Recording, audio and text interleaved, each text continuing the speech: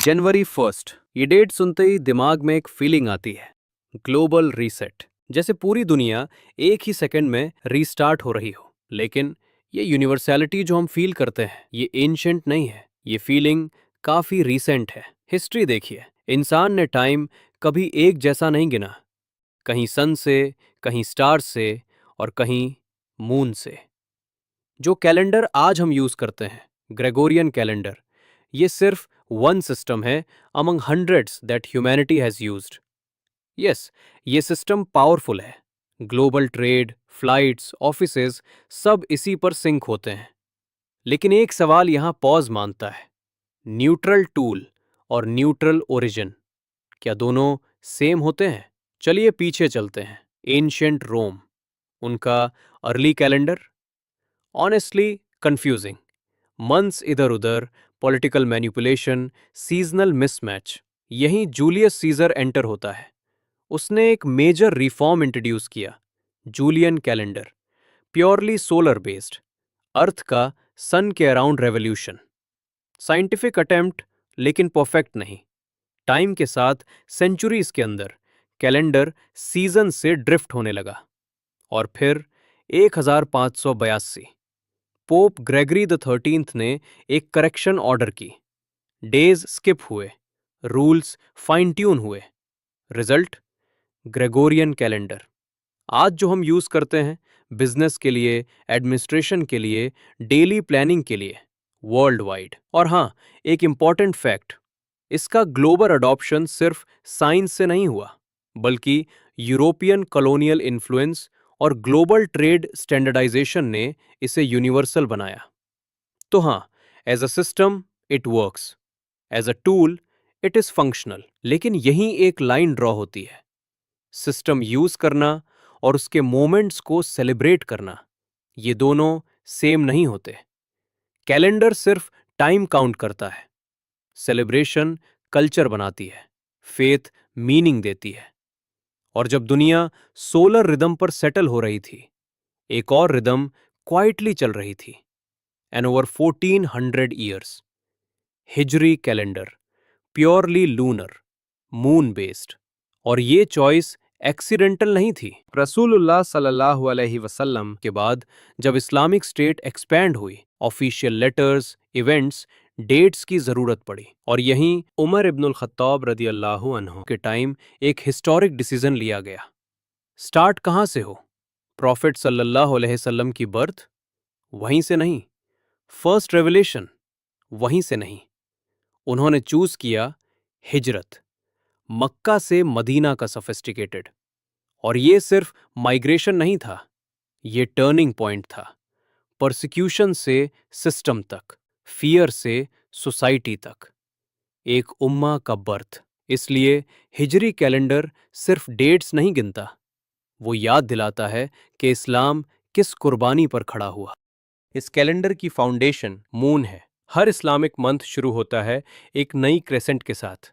और ये सिर्फ देखना नहीं होता, ये ऑब्जर्व करना होता है, स्काई को, नेचर को और टाइम को, रियल टाइम। इसलिए मुस्लिम कैलेंडर स्क्रीन पर नहीं चलता, आसमान से चलता है।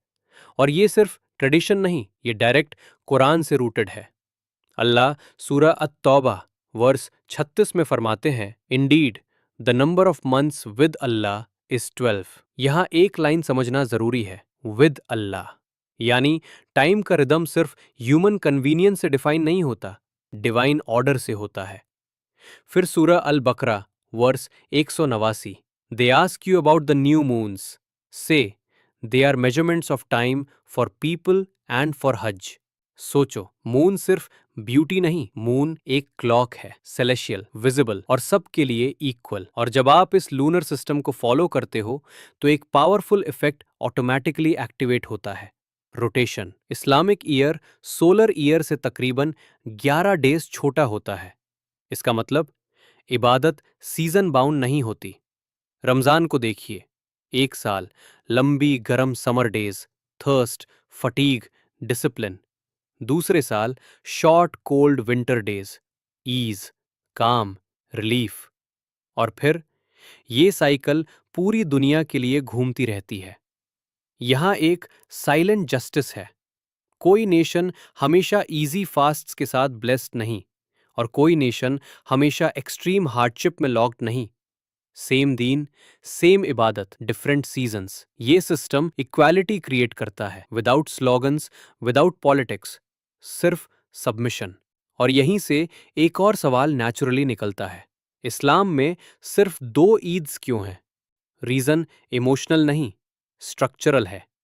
कैलेंडर और pillars of faith directly connected हैं।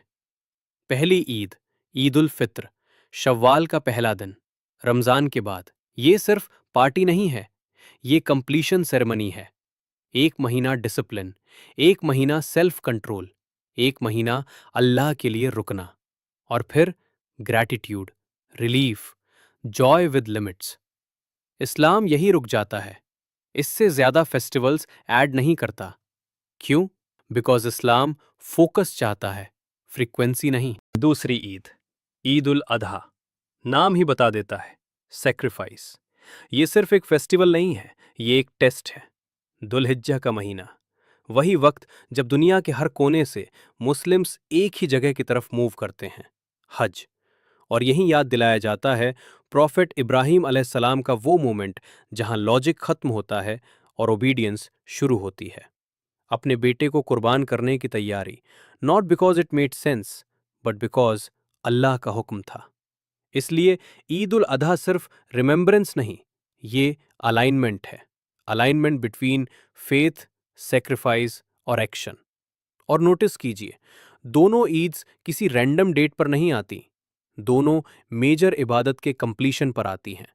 ईद उल फित्र रमजान के बाद, ईद उल अधा हज के साथ।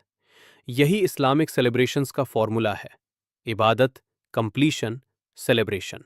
और इस बात को रसूलुल्लाह सल्लल्लाहु अलैहि वसल्लम ने क्रिस्टल क्लियर कर दिया। जब मदीना में आकर लोग 2 और दिन सेलिब्रेट कर रहे थे, रसूलुल्लाह सल्लल्लाहु अलैहि वसल्लम ने फरमाया, अल्लाह ने तुम्हारे लिए इनसे बेहतर 2 दिन मुकर्रर कर दिए हैं, ईद उल अधा और ईद उल फित्र।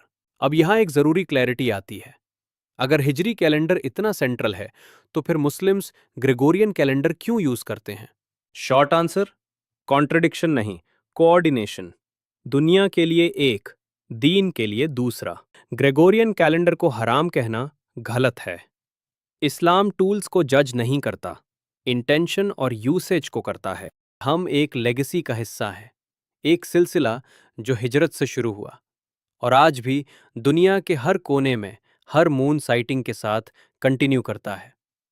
मॉडर्न दुनिया में मुस्लिम होना एंटी मॉडर्न होना नहीं है, ये बैकवर्ड होना भी नहीं है, ये वैल्यू सेंटर्ड होना है।